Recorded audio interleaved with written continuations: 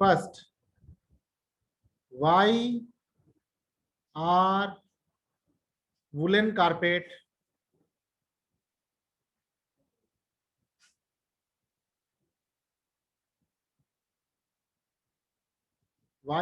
carpets used in aircraft? देखो, aircraft में हम जो भी मटेरियल यूज करते हैं ना, वो ऐसे होने चाहिए जो कि हल्के हैं, क्योंकि इनको बहुत ऊपर जाना होता है।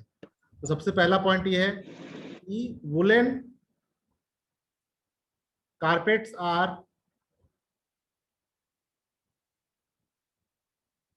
फर्स्ट लाइट इन वेट,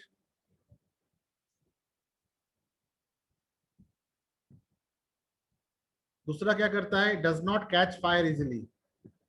ठीक है, इट डज नॉट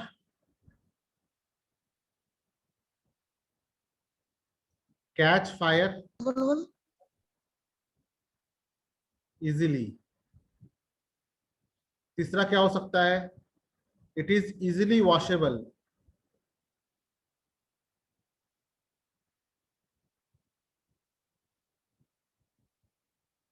और क्या होता है, it is durable. Durable means long lasting, जल्दी खराब नहीं होता।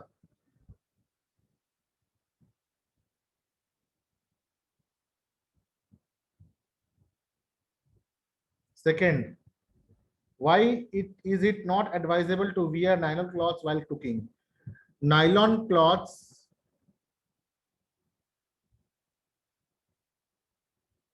being पेट्रोलियम प्रोडक्ट, ये एक पेट्रोलियम प्रोडक्ट है, can catch fire easily, so it is not advised to use while cooking। खाना पकाते वक्त या कोई आग के सामने काम करते वक्त नायलॉन के कपड़े पहनने का सुझाव नहीं दिया जाता, क्योंकि ये आग पकड़ सकता है।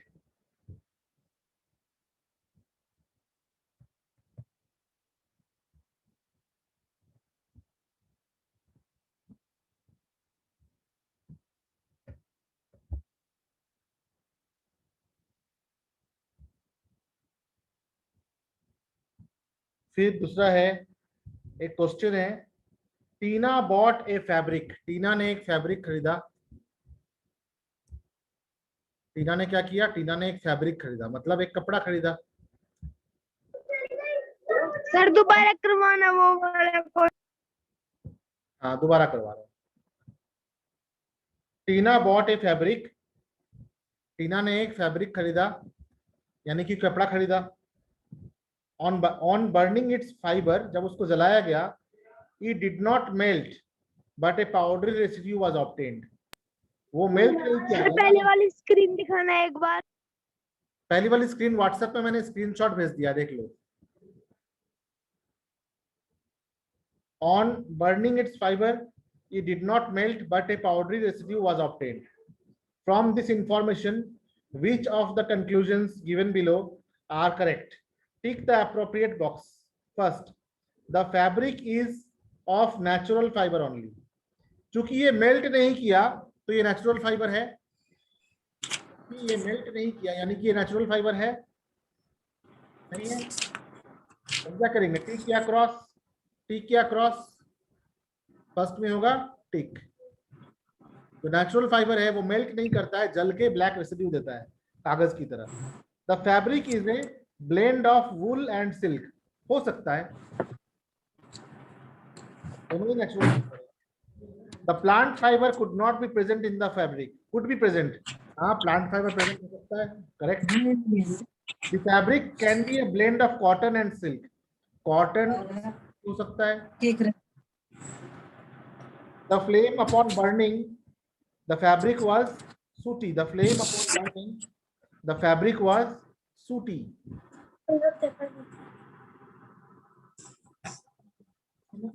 नहीं, सूटी नहीं होगा, it will not be sooty flame.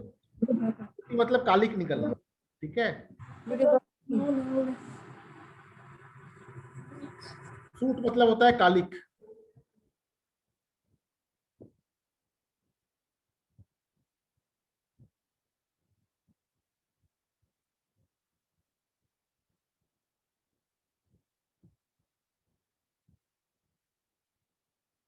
जब हम कुछ जलाते हैं तो जलाने के समय उसके धुएं में जो काला काला डस्ट निकलता है उसे हम कहते हैं कालिक, है ना।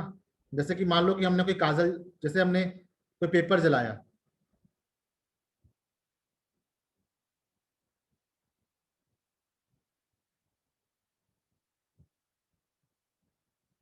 कोई पेपर जलाया,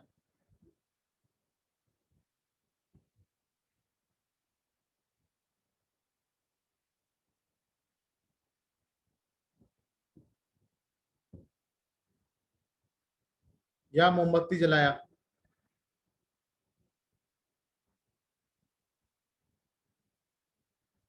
तो अगर इसमें से काला काला कुछ निकलेगा ना,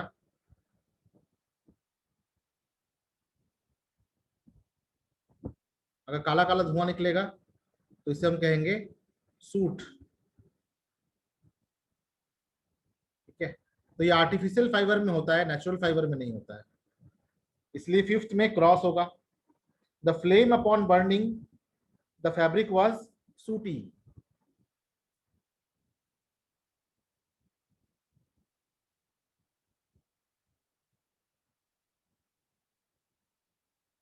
फिफ्थ कह रहा है fabric was a blend of cotton and silk, हो सकता है। सिक्स्थ में क्या है, सिक्स्थ में है the flame upon burning the fabric was sooty, नहीं ये नहीं होगा।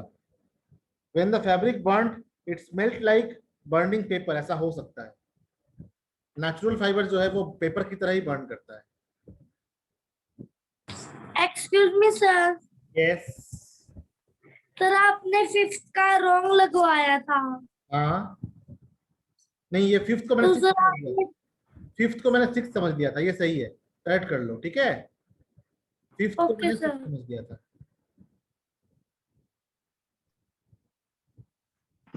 Good morning sir. Very good morning. Good afternoon. Good afternoon. अब एक वैल्यू बेस्ड क्वेश्चन है, आफ्टरनून। ये पूछा जा रहा है कि Arun and Riya want to help children affected with flood in cold northern region, they want to send clothes to the affected children. What kind of clothes should Arun and Riya collect? देखो, अरुण और रिया जो है बाढ़ पीड़ितों के लिए कपड़े भेजना चाहते हैं, और जहां भेजना चाहते हैं वो उत्तर दिशा में ठंडा प्रदेश है, तो किस प्रकार के कपड़े का कलेक्शन करना चाहिए उनको? Wool. Woollen. Sir wool. Yes wool. Yes, correct.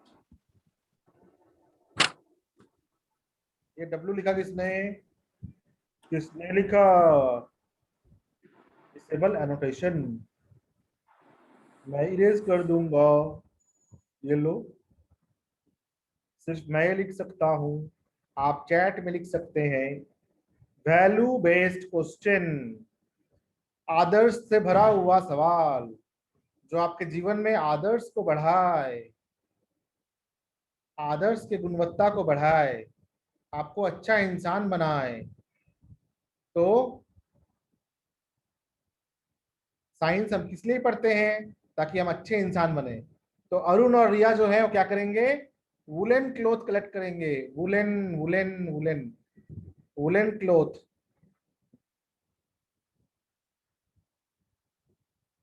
Second,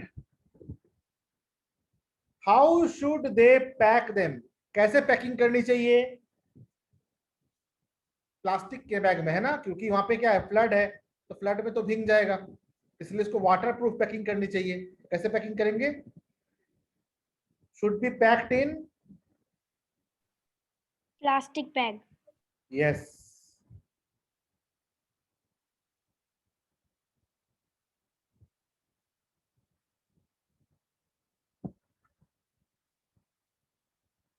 Whom should they contact to ensure that the clothes reach the affected children on time? किससे बात करनी चाहिए बताओ?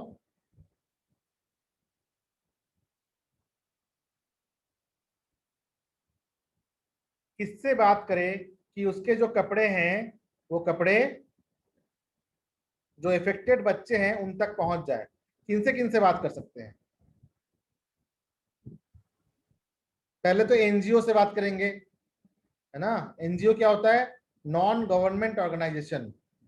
इसको सोशल वर्क यूनिट्स भी बोलते हैं, सोशल वर्क ऑर्गेनाइजेशंस भी बोलते हैं, सोशल वर्क ऑर्गेनाइजेशंस भी बोलते हैं।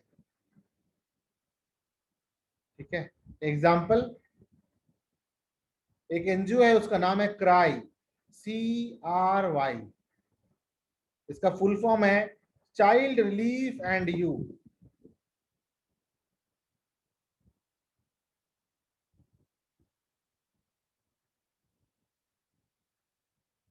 दूसरा, किससे बात कर सकते हैं?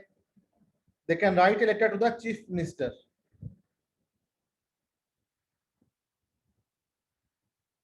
उस स्टेट के चीफ मिनिस्टर को भी लिख सकते हैं। और किसको लिख सकते हैं? और लिख सकते हैं DM, district magistrate. Me, sir. Yes, Sir, ये value based question we write in fair notebook. Yes, Okay, sir. है ना? तो ये सब क्या होते हैं? जो DM है, कलेक्टर है, CM है, ये अपने रीजन का देखभाल करते हैं। तो अगर आपको कुछ अनुदान देना है तो या फिर आप एनजीओ के तहत दे सकते हैं, या फिर CM विंडो में जाकर दे सकते हैं। CM विंडो क्या होता है? CM का एक पोर्टल है, चीफ मिनिस्टर्स के पोर्टल होते हैं, वेबसाइट होते हैं। वहां जाके आप लिख सकते हैं कि मेरे पास दान करने के लिए इतने सारे कपड़े हैं, मैं किसे भेजूं? तो वो आपको अता पता भेजेंगे, उस अता पता में आप सेंड कर हाँ, सकते हैं। ये क्या कैसे? लिखा है? DM और कलेक्टर, कलेक्टर। ठीक है, sir affected meaning in Hindi? पीड़ित, असर, अफेक्टेड मीन्स जिन पर असर हुआ हो।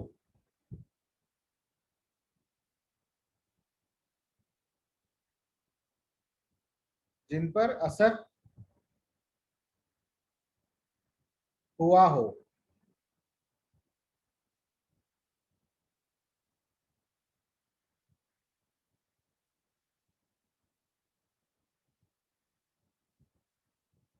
ठीक है, समझ में आ गया? Yes sir. CM विंडो का मतलब ये नहीं कि CM के घर पे जाके उसकी खिड़की पे क्लिक करो, उसके वेबसाइट पे जाके कर सकते हैं ना। हर CM का अपना एक ईमेल आईडी होता है, वेबसाइट होता है। तो अब हम नेक्स्ट चैप्टर स्टार्ट करेंगे, और नेक्स्ट चैप्टर का नाम है what is thermal energy and heat. ठीक है, सर कब करेंगे स्टार्ट? कालिक क्या होता है? कालिक, जब तुम कुछ जलाओगे ना तो उसमें से काला काला धुआं निकलता है। ये काला काला धुआं को हम कहते हैं कालिक, या उसको इंग्लिश में बोलते ब्रदर हैं काले काले सूट। तो उनको कहते हैं कालिक। हाँ, वो धुआं, धुआं जिसमें काले काले कण हो, जिसमें काले कण हो। कण मतलब particle.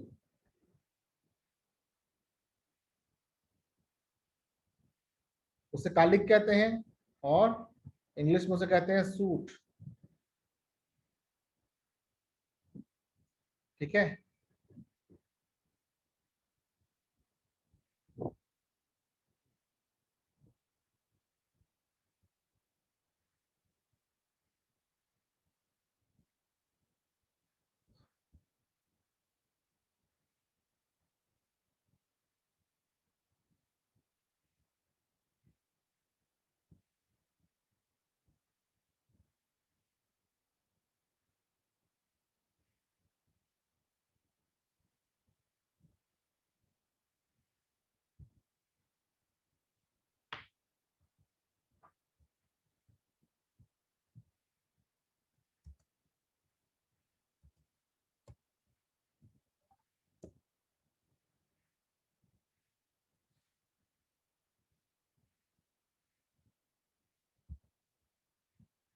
So next topic is thermal energy and heat.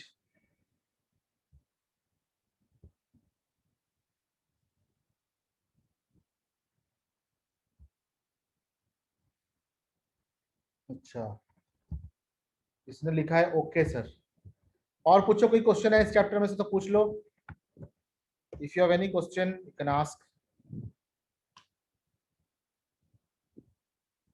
If you have any question you can ask. अब हम नया चैप्टर स्टार्ट करेंगे।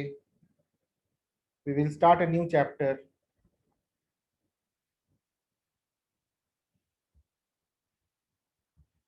तो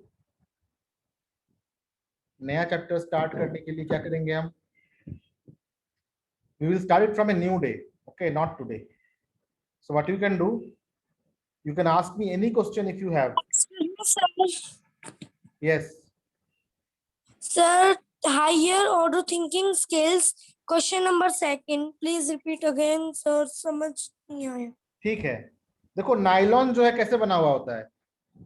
क्रूड ऑयल से बना हुआ होता है, पेट्रोलियम से बना हुआ होता है, और ऐसे सब्सटेंस जो है ना वो जल्दी आग पकड़ लेते हैं।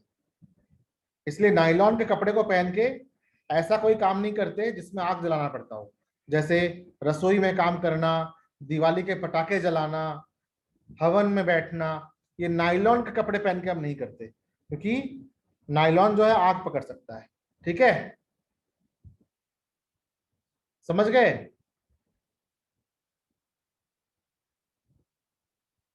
समझे कि नहीं समझे? समझे तो लिखो understood understood understood. Yes sir, answer आ गया, यस सर। ठीक है, तो और कोई क्वेश्चन है पूछ लो, बहुत टाइम है अभी तुम्हारे पास, पूछ लो। सिलेबस बताया था मैंने, कौन कौन से क्वेश्चन थे, चैप्टर्स थे, फर्स्ट 2 चैप्टर्स।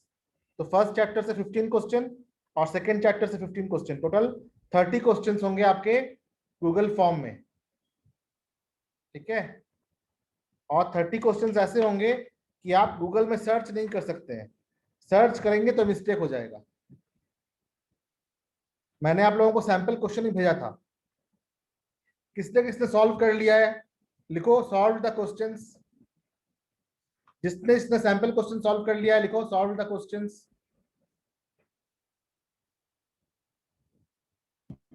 सर हमने कर लिया। कौन, क्या नाम है? Sir Prince. हाँ प्रिंस तो अच्छा बच्चा है। प्रिंस, और वीडियो नहीं आ रहे तुम्हारे, पहले आ रहे थे। यस सर, बिकॉज सर मेरी आई के अंदर थोड़ी सी प्रॉब्लम हो गई थी। अब ठीक हो गया? Yes sir. चलो, और प्रवेश जी के यहाँ से नहीं आ रहा है कोई फ्लिप टीचिंग वीडियो। प्रवेश जी कौन है ये बच्चे का नाम? अपना नाम डालो ना, सभी को अपना नाम डालो। पेरेंट्स का नाम है मुझे पता नहीं चलता। सर अपना ही नाम है। सोमय का अपना नाम है, प्रिंस का अपना नाम है। Excuse me sir. हाँ सर जो हम लोग अभी चैप्टर कर रहे हैं, तो सर जो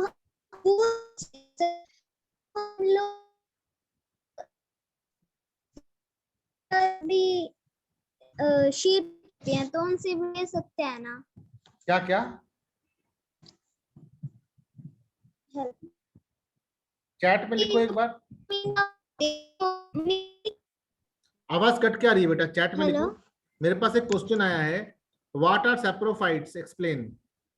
ठीक है, एक क्वेश्चन आया है, देखो अच्छा क्वेश्चन है। प्रिंस आपको जो पूछना है ना, आप एक बार चैट में लिखो what is citric acid. Very good, ऐसे ही क्वेश्चन पूछा करो। ठीक है, चलो अभी बताता हूँ what are saprophytes. Saprophytes are the organisms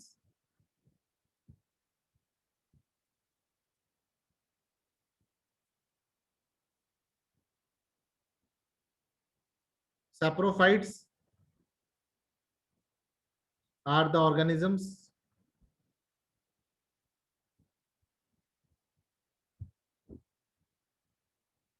which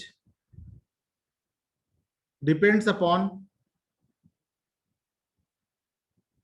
dead and decaying matter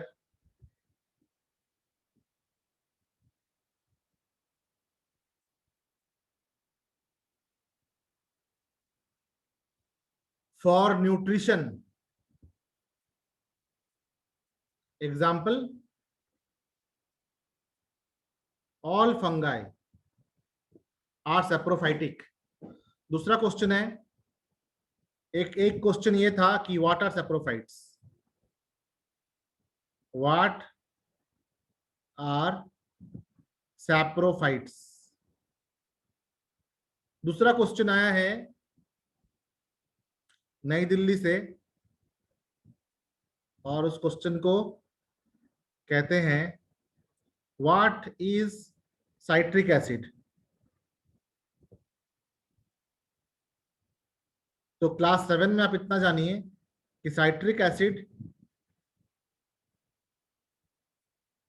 is an acid present in lemon. अगर थोड़ी सी गुदगुदी और हो रही हुई जानने के लिए तो जान लो, इसका फॉर्मूला होता है COOH HCOH। ये सिलेबस से बाहर की बात है। और क्या क्वेश्चन आया है, और क्या क्वेश्चन आया, और क्या क्वेश्चन आया है? What are fungus. अरे वाह, अच्छा। Fungus, fungus is a type of organism. Okay, fungus is one of the 5 classes of organism. 5 classes of organism. organism कैसे कैसे होते हैं? plants, animals, fungi, algae, microbes और फंगाई। ये एक प्रकार का जीव है, ठीक है। और क्या क्वेश्चन है, और क्या क्वेश्चन है? अच्छा, वेरी गुड वेरी गुड, अच्छे अच्छे क्वेश्चन आ रहे हैं।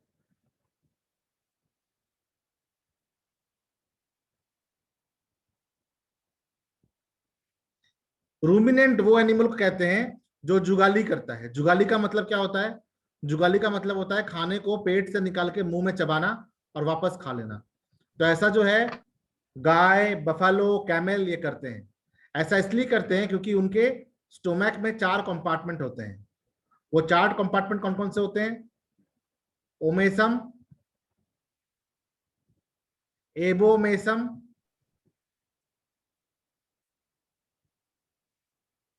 रेटिकुलम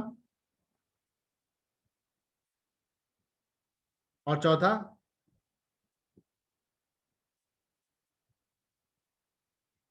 चौथा कौन सा होता है?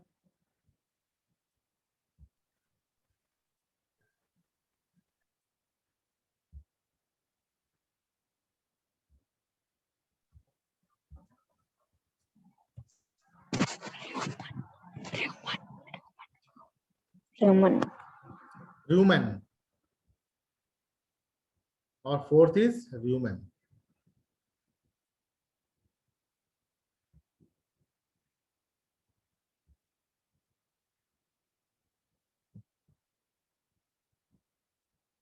तो क्या होता है? पहले खाना ओमेसम में जाता है, फिर रेटिकुलम में आता है, रेटिकुलम से फिर माउथ में जाता है, माउथ से फिर एबोमेसम में जाता है, फिर एबोमेसम से रूमेन में जाता है। इस प्रकार से खाना डाइजेस्ट होता है।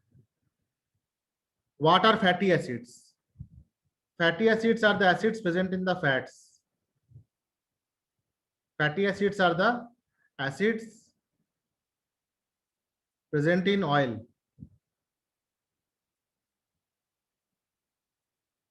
तेल के अंदर होता है, तेल और फैट्स, इसके अंदर फैटी एसिड होता है। Describe the digestive system of ruminants. ठीक है,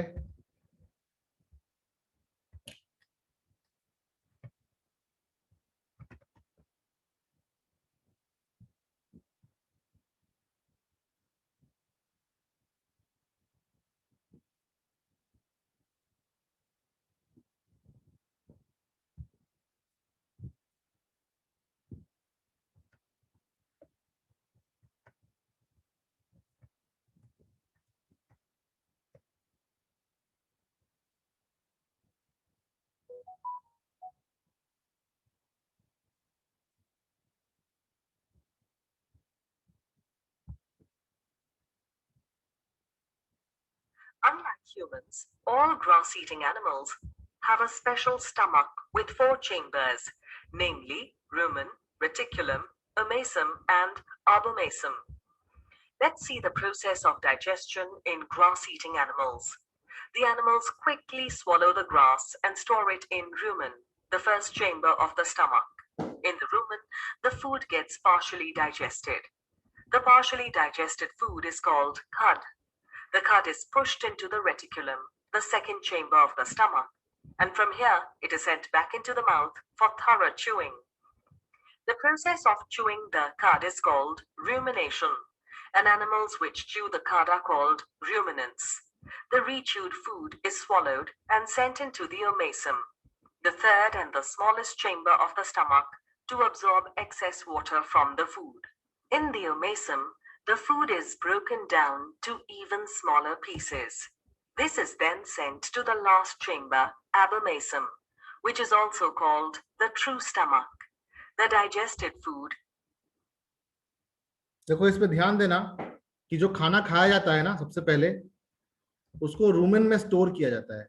तो रूमेन को हम ये भी कह सकते हैं कि ये स्टोर रूम है, ठीक है। जैसे मान लो जानवर, भगवान ने जानवर कैसे बनाया है कि यहाँ वहां से खाते फिरे, तो जब तक खाना मिलता है ना जल्दी जल्दी खा लेता है। फिर शेर आ गया तो भागना पड़ेगा, कोई खेत के मालिक आ गए तो भागना पड़ेगा, इसलिए ये जल्दी जल्दी खाने को खाके और रूमेन में स्टोर कर लेता है। स्टोर करने के बाद फिर जब इसको मौका मिलता है तो रूमेन से निकाल के रेटिकुलम में लाता है, और रेटिकुलम से ये इसके मुंह में आता है, और यहाँ पे ये जुगाली करता है। इस जुगाली करने को कहते हैं रूमिनेटिंग। रूमिनेटिंग, रूमिनेटिंग का हिंदी हुआ जुगाली। जुगाली, चबाते रहना च्युइंगम की तरह, है ना। फिर जब ये मुंह में अच्छे से चबा देते हैं इसको, जिस चीज को चबाते हैं उसको कहते हैं कड, CUD, कड, कर्ड नहीं कड, ठीक है। तो पहले रूमेन में गया, रूमेन में कड बना, फिर वो कड उसके रेटिकुलम में आया, फिर रेटिकुलम में थोड़ा थोड़ा करके उसके मुंह में आया, फिर मुंह से वापस आया, वापस आने के बाद फिर ओमेसम में आया। ओमेसम क्या है? ओमेसम में ड्राइंग होता है, यहाँ पे वाटर का एब्जॉर्प्शन होता है, वाटर का रीएब्जॉर्प्शन।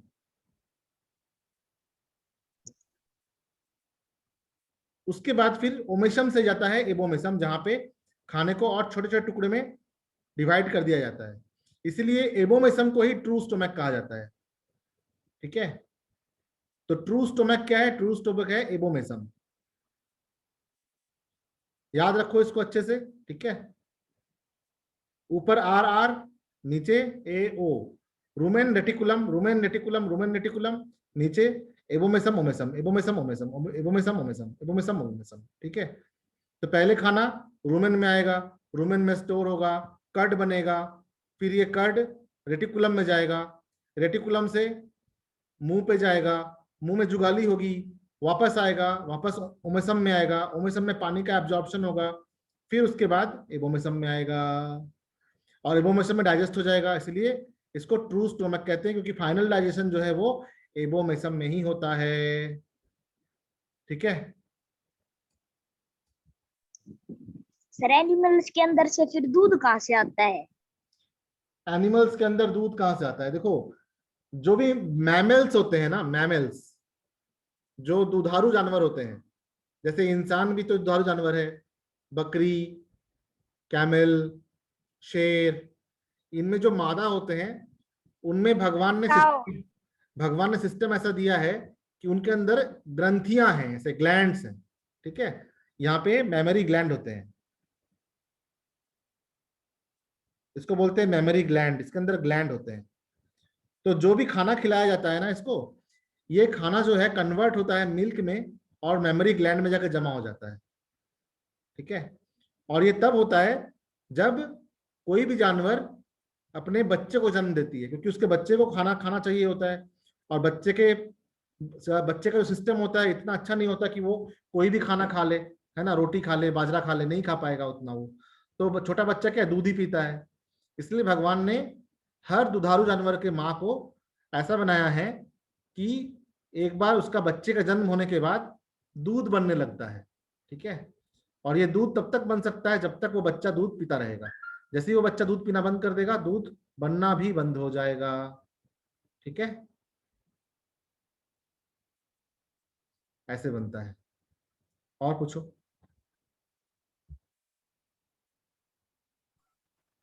और पूछो।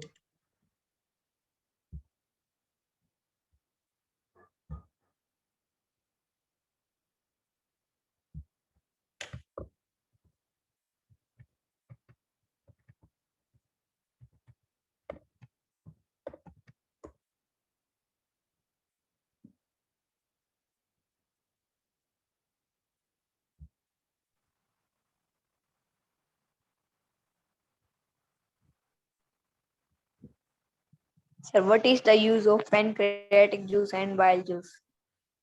Bile juice helps to assimilate the fats. Fats molecule बहुत बड़े बड़े होते हैं, ठीक है।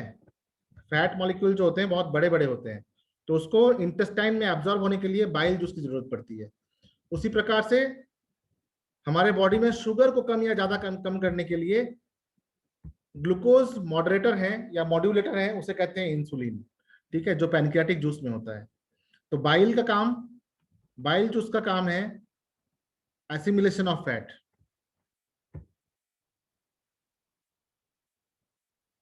बाइल जूस का काम है एसिमिलेशन ऑफ फैट।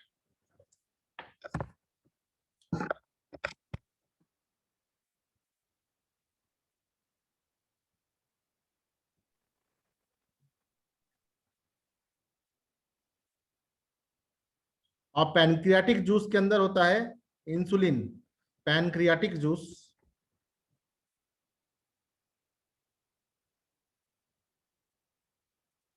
के अंदर होता है इंसुलिन। ये क्या करता है? It controls blood sugar.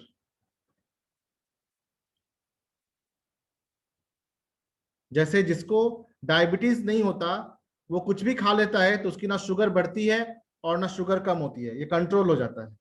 लेकिन जिसका पैनक्रियास थोड़ा खराब हो जाता है, पैनक्रियाटिक जूस कम या ज्यादा निकलता है, उसको हाइपरग्लाइसेमिया या हाइपोग्लाइसेमिया यानी कि शुगर की कम हो जाने की शिकायत या शुगर बढ़ने की शिकायत हो जाती है। और पूछो। Sir, what is the molecular formula of glucose? Molecular formula of glucose is C6H12O6. Six.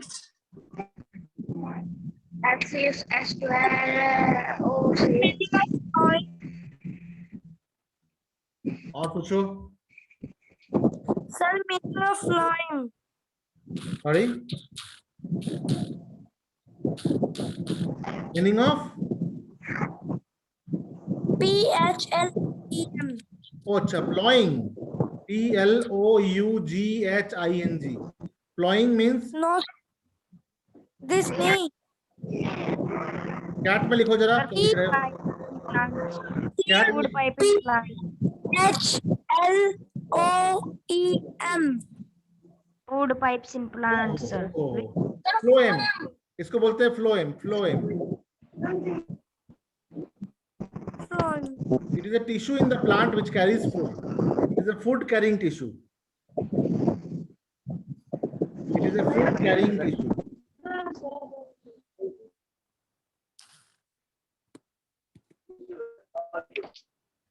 It is a food carrying tissue. Yes. ठीक है, और कोई क्वेश्चन है?